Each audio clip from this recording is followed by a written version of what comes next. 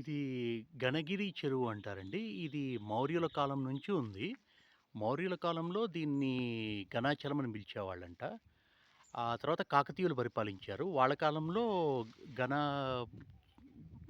First గణాచలం అనేవాళ్ళు. మౌర్యుల కాలంలో గణగిరి అని పిలిచేవాళ్ళు కాకతీయులు. తర్వాత విజయనగర సామ్రాజ్య రాజులు పరిపాలించారు. ఆ గణగిరి కాలక్రమంలో పెనుగొండ అయింది. ఇది గణగిరి చెరువు అంటారు.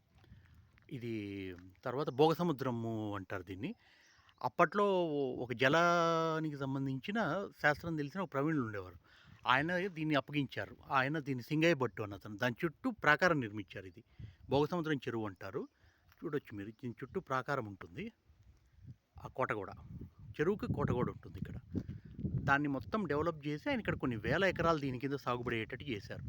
ఇక్కడ ఇది చూస్తున్నారు కదా శివాలయం, దీని లోపల శివలింగం ఉంటుంది.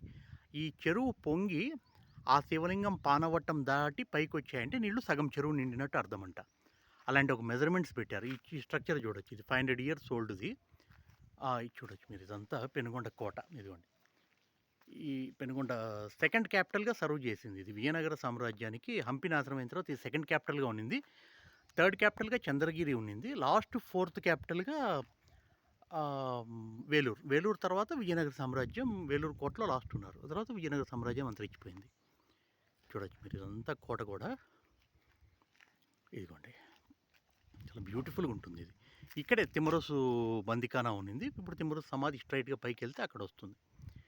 వీళ్ళే లోకల్సే పిల్లలంతా కూడా ఫామ్ అయ్యి ఆ భోగ చెరువు ప్రొటెక్షన్ సమితి అన్నట్టు వాళ్ళే పెట్టుకొని దీన్ని అంతా కాపాడుకుంటున్నారు లోకల్గా. This is the history. ఇది దక్షిణ ద్వారం అండి. పెనుగొండ కోటకి వెళ్ళేకి దక్షిణ ద్వారం ఇది. Thank you for watching it.